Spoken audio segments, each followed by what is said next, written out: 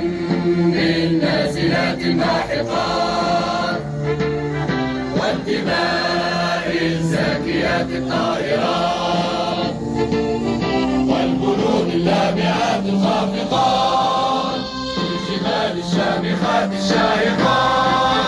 نحن زرنا فحياة أو ممات وعقدنا العزم أن تحيا الجزائر. أشهد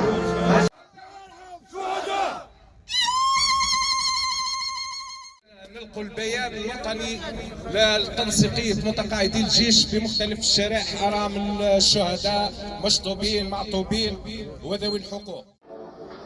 الجبال لا طلع صوت الأحرار ينادينا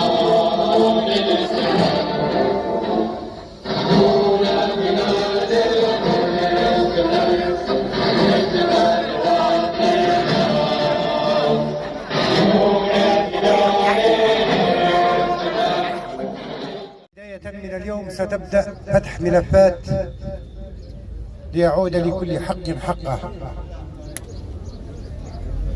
بداية من اليوم لا يتساوى الجلاد والضحية.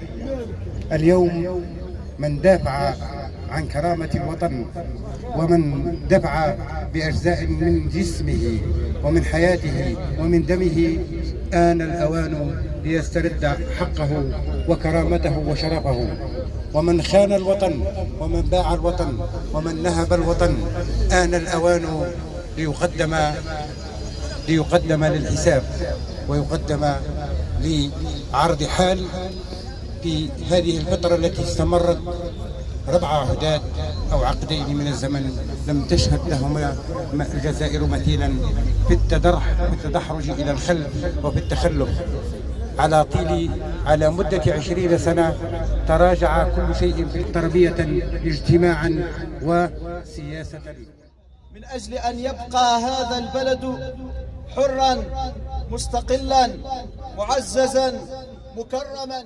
كثير من الأشياء لم تتحقق بعد، وبعد ذلك أمامنا معركة أخرى من معركة البناء ومعركة الاستقرار، فسوف نكون جميعا شعبا وجيشا في أن ترقى هذه البلاد إلى مراتب العلو. قلت بأن خير يوم طلعت فيه الشمس على الشعب الجزائري بعد استقلال 5 جويلية 1962 هي شمس هذا اليوم.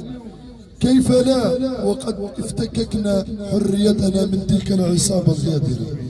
أيها الشعب الجزائري، لقد تحدث عنكم كل العالم العربي والغربي وأصبح ينظر إليكم نظرة افتخار واعتزاز.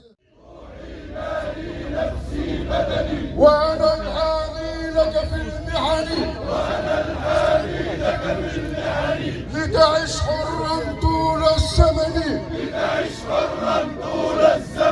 وطني وطني غالي الثمن روحي مالي نفسي بدني